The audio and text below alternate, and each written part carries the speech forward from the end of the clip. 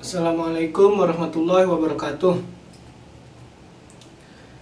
Nami abdi Muhammad Zaki Hidayatullah. Abdi arek macakeun warta anu judulna Ramena Perdagangan di Pelabuhan Sunda Kelapa. Ngarasakeun suasana kota tua di Jakarta, moal afdol lamun teu nganjang ka Pelabuhan Sunda Kelapa. Di Pelabuhan Sunda Kelapa, anjeun tiasa neruskeun lalampahan ke tempat-tempat sanes di sakulibeungna.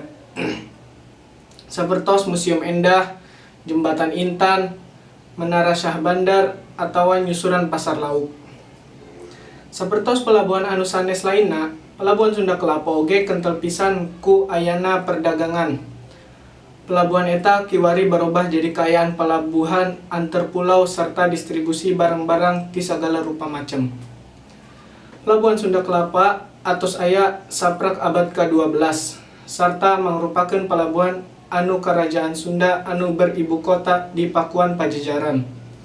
Kapal-kapal sejen anu asalna ti Cina, Jepang, India keur ngabantun barang-barang sapertos porselen, kopi, sutra, lawon, minyak sengit, jeung sajabana.